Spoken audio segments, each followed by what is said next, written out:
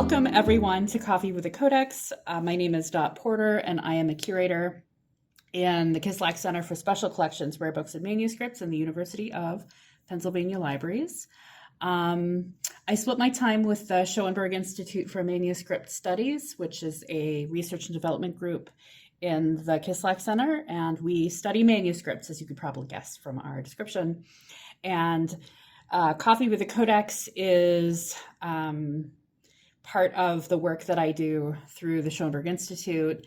Every week for about 30 minutes, I take a manuscript, or maybe more than one, off our shelf, and I show it over Zoom.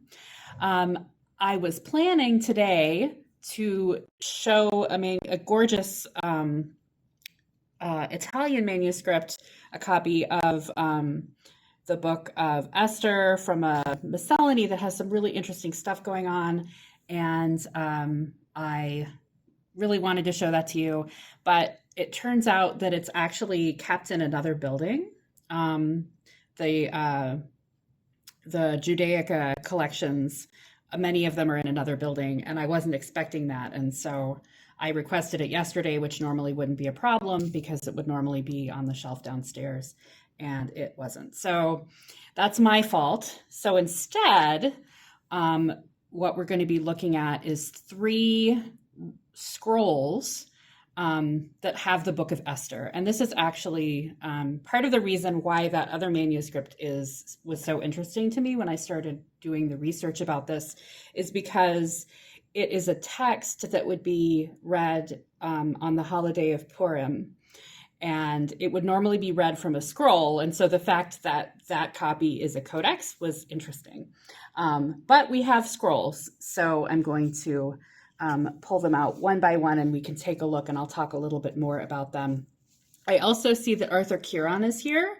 Arthur, not to put you on the spot, Arthur, but he is our curator of Judaica collections. I know that's not actually your title. And so if you have anything to add, you can type it in the chat or feel free to unmute yourself if you want to. Okay. Okay, so here is one of them. So we have 2 little ones and 1 big one. This one is MS Roll 2010, which you'll see there. And so I'll sort of start opening it up, and I'll talk a little bit about how this scroll would have been used. So during Purim, this was a holiday, I should say it is a holiday, where the Jewish people celebrate the survival of their people through a sort of troubling time. So this particular historical time, let me pull my notes up here. So the story takes place during when the Jews had been exiled in Persia. So they were in Persia, and it sort of deals with the Persian story and court happenings in Persia. And the king of Persia, at the start of the story, he has some parties, and he has his wife executed during these parties. And so he needs a new queen. And so he ends up being married to Esther, who is the cousin of Mordecai, who was a very important Jewish scholar at the time. So she marries him, but she doesn't tell him that she's Jewish. So he doesn't know that she's Jewish.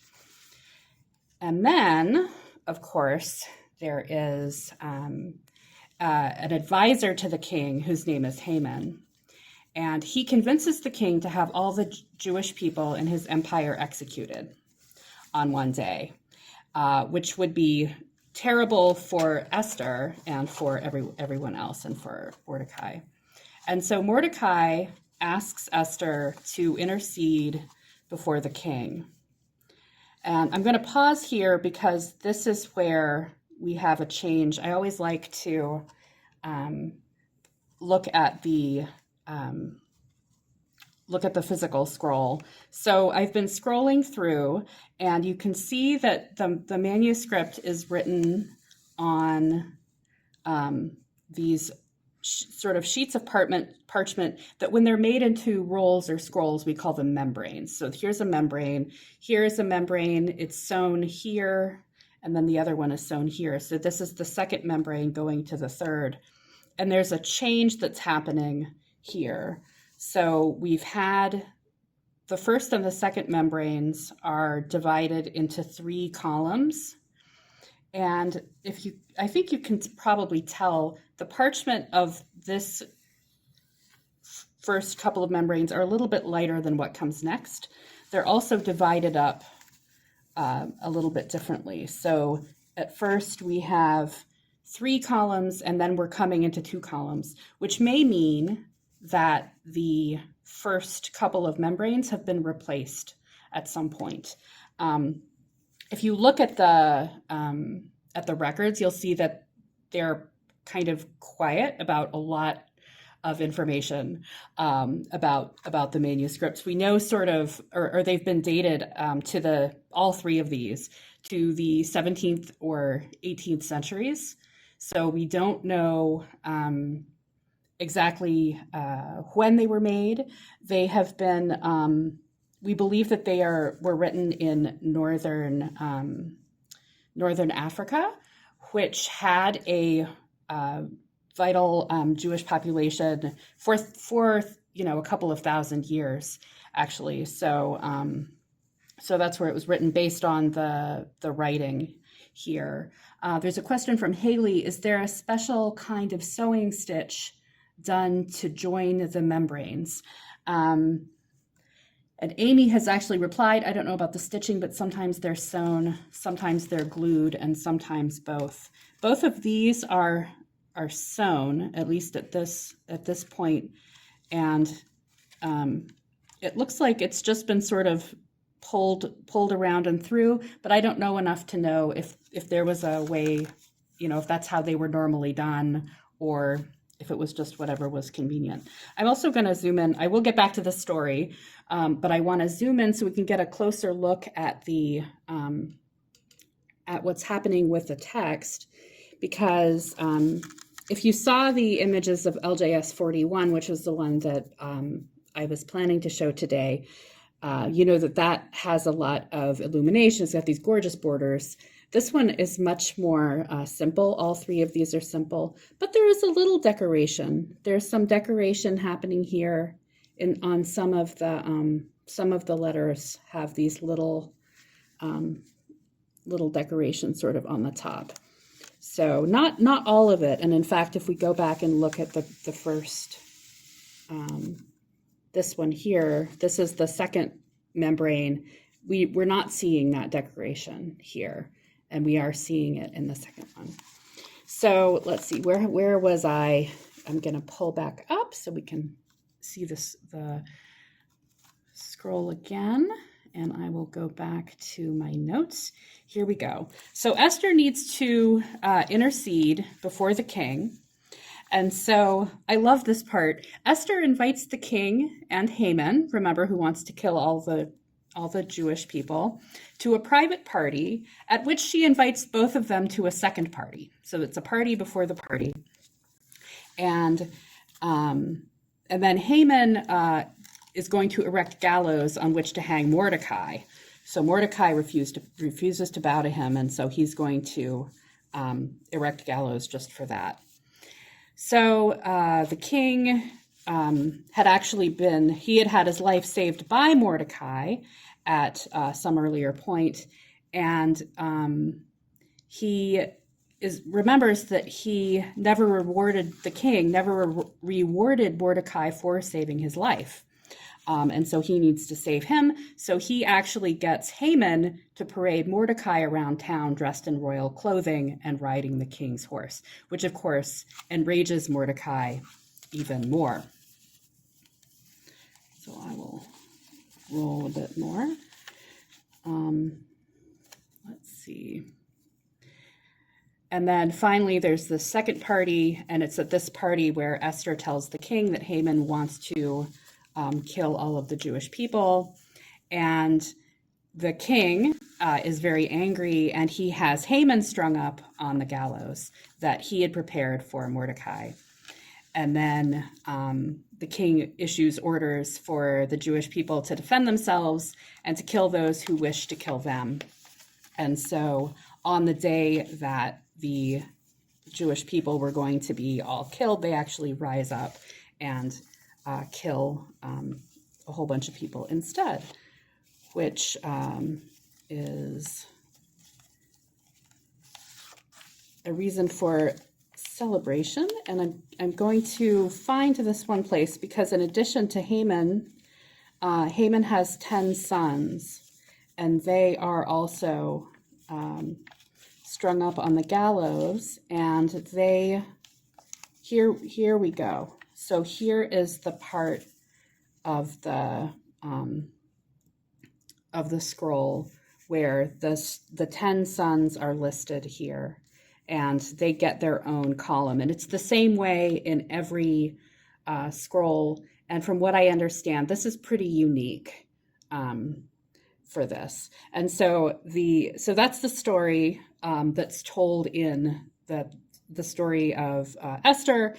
And this is the story that is recited during the Purim celebration.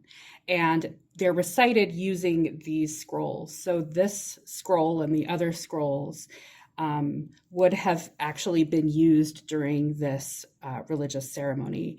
And I know I am not Jewish. I have friends who are, and Purim always sounds like a lot of fun to me because it's basically a big party. There are special cookies called Hamantaschen, which I understand is the ears of Haman. So you sort of get to eat his ears. And it's a major celebration, which I think is great. So I'm just going to roll this back out. I like this because we don't get to see rolls very much, or scrolls. And so the physical movement of this, I think, is really interesting. So the other two, this one is a little, this is just parchment here. All of these are parchment.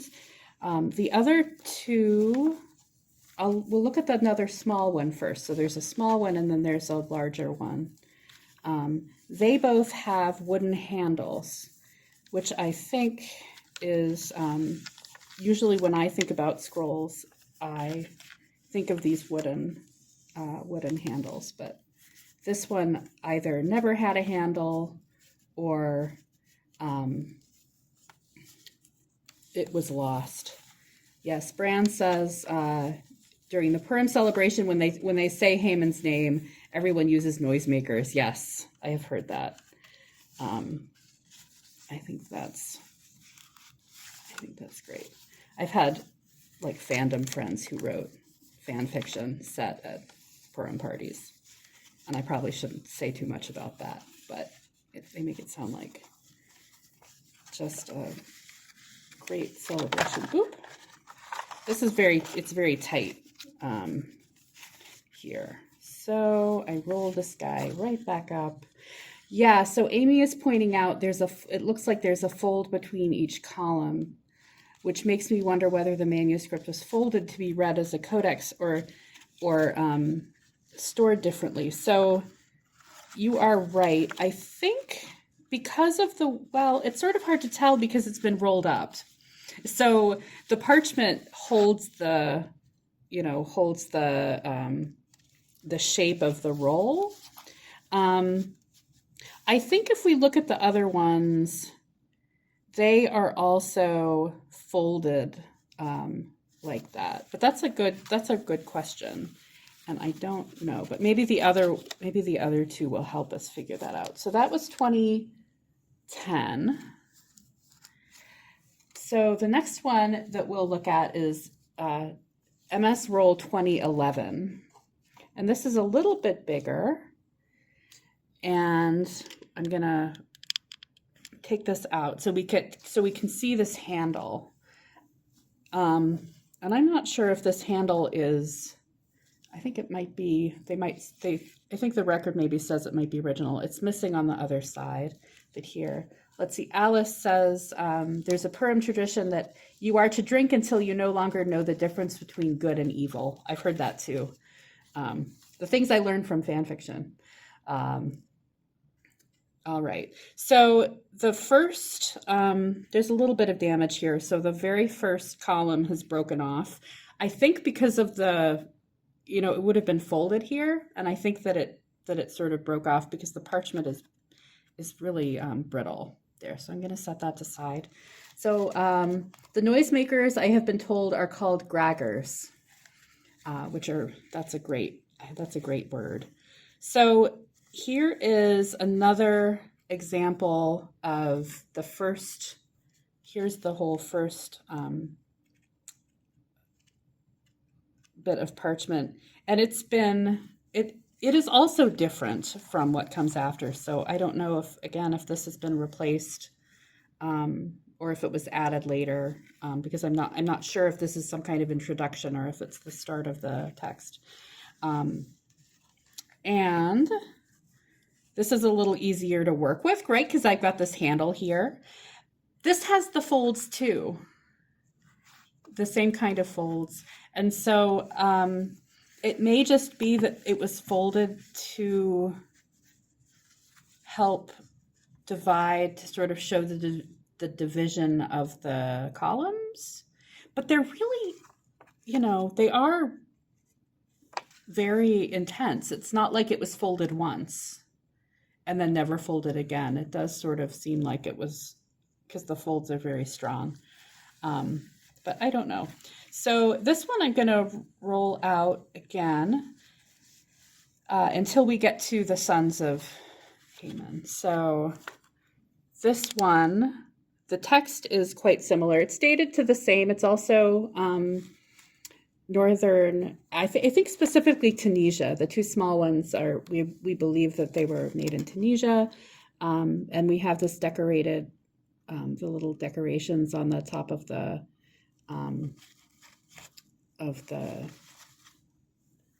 letters. So I'm going to come up again.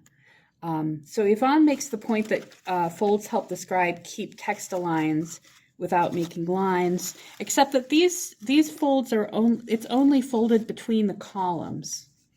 So there is, I think that I saw in at least one of the records that there is ruling on the page, which makes sense because they're actually quite, the lines are quite straight. So I think that there is ruling here. Let's see, Tunisia, Northern Africa. And again, I love knowing that someone this would have been read at one of these Purim celebrations. How did we get these is a question that you might ask.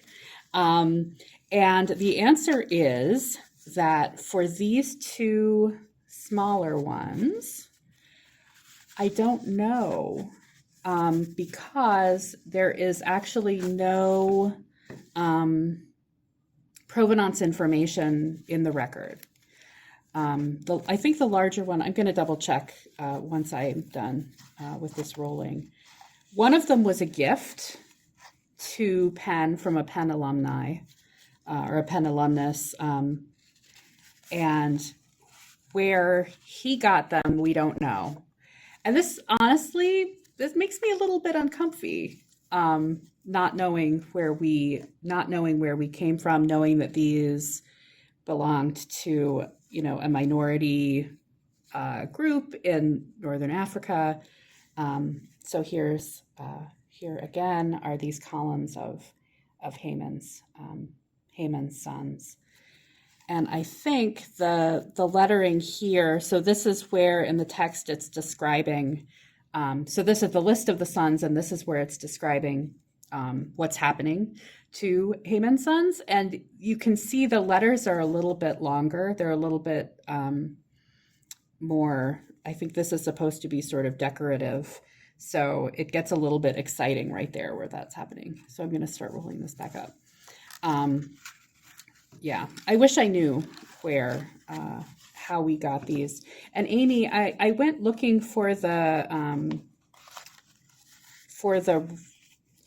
archive, like the cataloging archive stuff, but I couldn't find the box that had the roll archive in it. So I don't know if there might be more information in the boxes than there is in the catalog record, because the record's very quiet.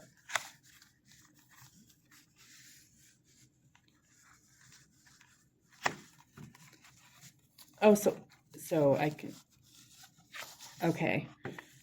Yeah. So here is, we've got a question. Alice sent me a direct question asking, can we see the stitching from the other side? I think this is, it looks like this is actually glued. So I'll keep going until we find a stitch, and then we'll take a look at the stitch.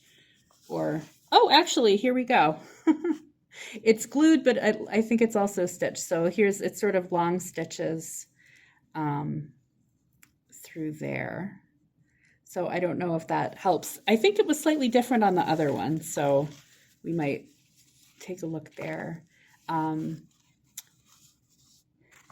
Karen Reeds is suggesting that perhaps the folds help keep the scroll from rolling during reading, which it could be. That might be, because I'm holding, if I let go and I let it sit like this, I need to keep my hand here. And then we come here. I think that actually, that makes some sense as a practical kind of thing. Let's see, and I think someone up ahead was sort of describing the noisemakers here. Oh, okay. So Brianna is saying, when I was talking about the stretched letters, they're to make sure the text on the page is justified. Oh, that probably makes more. So there's, it needs to make sure Haman's sons have their own page. That makes more sense. So not so much decoration as necessity, but it looks nice, I think. All right, so here we are. There we are at the end. Let's, yeah, and this is the same sort of, although we're missing some of the stitches here. So the next one, the third one, is MS Roll 2013, and I'm going to have to stand up and get it. And this is different. This is different. It's bigger. So let me see if I can. I'm not sure I can even get this all in one go. It's bigger. It's dated to about the same time, and it's also Northern Africa. It also has a wooden handle there, and a little handle here. Oh, Alice is asking about gloves. So we almost never wear gloves. Gloves are not worn when handling rare books, mostly because it's easy to handle them too roughly. Actually, you can't feel if you're wearing gloves. And so unless, the only time I've worn gloves is when I was handling a book that the pages had been coated in white lead, and it would have poisoned me. And so that's why I wear gloves. So generally we don't.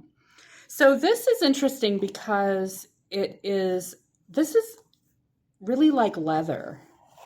It feels much more like leather than like parchment, and it acts like leather too. So this is very soft, and it looks different. It's darker. Anyone who's interested in seeing the stitching, here's the stitching that's being used here, sort of a smaller stitch. The other side of the leather is very soft, like that. Okay, so, and it's the same, it's just bigger, right? So we have the membranes of, I'm going to call it leathery parchment maybe, but membranes, they're divided into, in this case, 3. You can see, I think here, that this has been ruled, and you can see the ruling lines here. So Torahs are written on sheepskin. Oh, it could be the same. It could be the same. And I didn't mention the script that's used is apparently a script that is traditionally used in northern Africa for writing the Torah. So it's the same script that would be used to write the Torah. So it could be sheepskin. We haven't done it. There are projects these days that do things like DNA analysis and collagen analysis. I'm just stopping here to point out that there's been some, someone has, I guess, fixed an error here. And I guess it looks like they almost painted over what was there and then stuck new letters in at some later point.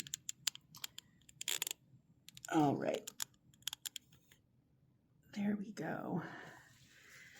And I didn't unroll this one all the way, so I haven't seen the suns yet. I think the idea behind having the sons listed like that, it's not just listing their names, but it's actually supposed to represent the gallows. Like they're sort of up on the gallows.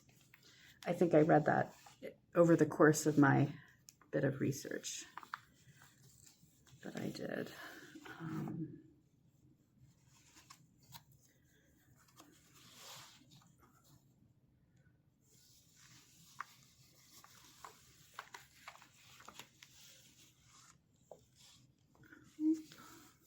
We've got a little hole down here. This actually, well, no, that still feels like leather. I've never felt anything like this before. It's a very interesting, I don't know if you can hear it. It's got sort of a soft, oh, there we go. Oh, and this is interesting. It's like the piece of leather is smaller. It's more narrow, and so you have these sort of 3 more narrow columns instead of the big longer ones. And so the writing here is, it's like, oops, we don't have as much space, so we have to make the letters smaller to make it fit. And then here we start seeing these longer letters. Oh, okay, Mark, this is good. The sons of Haman are also isolated in the scroll because when the reader reads the scroll aloud, the sons' names are all said in one breath. So you'd read the whole scroll all the way down in one breath. I like that. Okay, Martha is asking, how heavy is it? It's not heavy. Maybe a pound. I don't know what a pound. Yeah, like a pound of butter, maybe like a pound. It's not heavy at all. And it's got this piece of wood in it, which adds quite a bit of weight. I think it would be even less heavy if it didn't have the wood in it. Michelle asks, could it be tawed leather / alum tanned? I don't know enough about leather to know that, but I'm sure it could be. I don't know. It's clearly like the writing side is quite shiny and very smooth, and then the other side is more, you can probably even see it here, it's really leathery on that side. All right, it is 12:31, so we're a minute over. But I'm going to reschedule LJS 41, and I'm going to request it in plenty of time so we can get it, because I think it's just it has more context with it, and I think it's really interesting. So we'll be doing that, and I won't be here next week, but I'll be back in 2 weeks. So thanks everybody for coming along with the scrolls, and I'll see you again later.